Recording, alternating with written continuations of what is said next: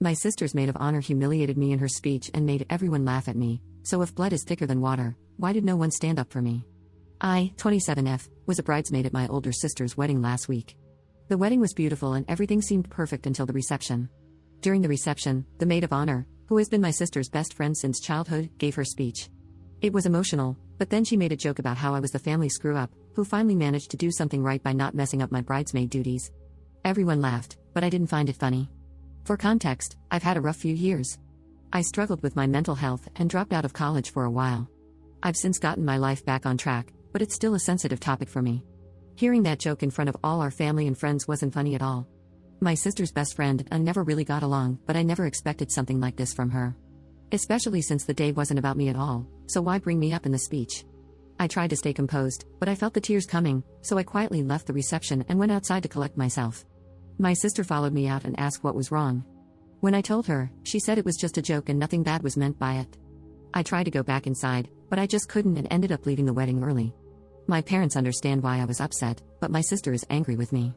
I do feel terrible for leaving, but I also feel like I had the right to feel hurt and humiliated.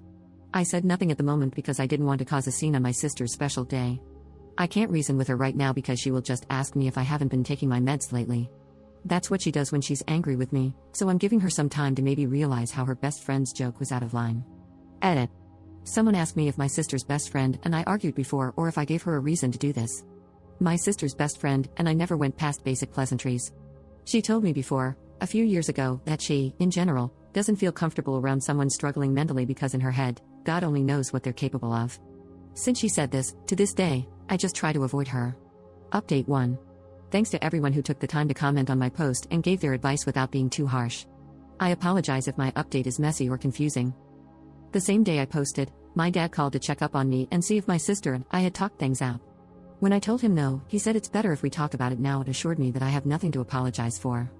If my sister thinks she has nothing to apologize for, then the least she can do is make her best friend apologize or fully realize that the joke was out of line.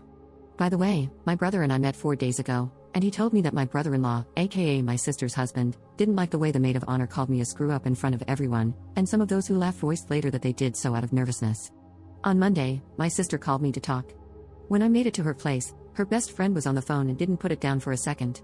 My sister started by saying that just a few years ago, I would have laughed hard and not taken the joke as an insult. I told her that maybe some laughed because they don't know the reason she called me a screw-up. For context, when I was 16, something happened, and that's why I struggled mentally really badly between 16 to 18. My sister and her best friend both saw me at home when I was still covered in bruises. When I was 17, I was diagnosed with PTSD and later with depression and anxiety. Since then, I don't like it when someone touches my head, especially my hair and the back of my head or neck. My sister knows all of this. During our conversation, my sister did most of the talking. At some point, I felt like my sister had called me just to blame me again without trying to understand my perspective. When I tried to talk, she put her hand on the back of my neck and pulled me toward her with each sentence, as if to say, "Do you understand?" I hated it and felt irritated. I honestly kept thinking, if I pushed her away, would I be in the wrong? Would they just call me mental and tell the family I got physical? I tried to leave, but she insisted that no one was leaving until we sorted this out. She told her best friend to just apologize. She refused and reminded my sister that I was the reason her husband got angry at her on their wedding day because I couldn't take a joke. When I tried to explain why it wasn't simply just a joke to me, she refused to listen and brushed my words off, saying, "Yeah, whatever, sorry." I was glad it was finally over, and as I was about to leave, I heard her say, "Can't take a joke that everyone knows is true." Both of them laughed, but my sister stopped mid-laugh and apologized. I didn't say anything and left.